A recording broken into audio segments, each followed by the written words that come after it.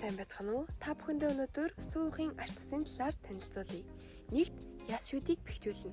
Сүүн, кальц, фосфор, эрдэс бодис, амин димээр баялаг тул ясны өсөлт бат бөх байдал чухал үүрэгтэй. Хоёрт зүрх судасны эрүүл мэндийг дэмжинэ. Калиен цусны даралтыг хэвийн байлгахад тусалдаг. Гуравт нойрыг сайжруулна. Сүүнд байдаг триптофан нь серотонин, мелатонин ялгаралтыг өгдөг тул унтахад тусалдаг. Дөрөвт хүүхдийн өсөлтийг дэмжинэ. Хүүхдийн яс, шүд, булчин, дархлаа, мэдрэлийн системийн хөгжлийг дэмждэг.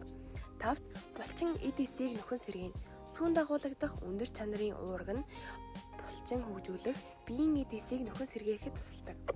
6-ад тархины хөгжил, анхаарал төвлөрөл сайжирна. B12 амин дэм, йод, рибофлавин, B2 зэрэг бодисууд нь систем болон тархины үйл ажиллагааг дэмждэг. 7-д арьс ус хумсанд тустай. А амин дэм, уураг, лактоз нь арьсны өнгийг сайжруулж, хүсний ургал, хумсны бат бөх байдлыг нэмэгдүүлдэг. Зүйлс нь 2 наснаас хойш бүрэн таслахтай сүү хэрэглэхийг багасгаж 1.5-аас 2% таслахтай сүү хэрэглэх нь зөв байдаг.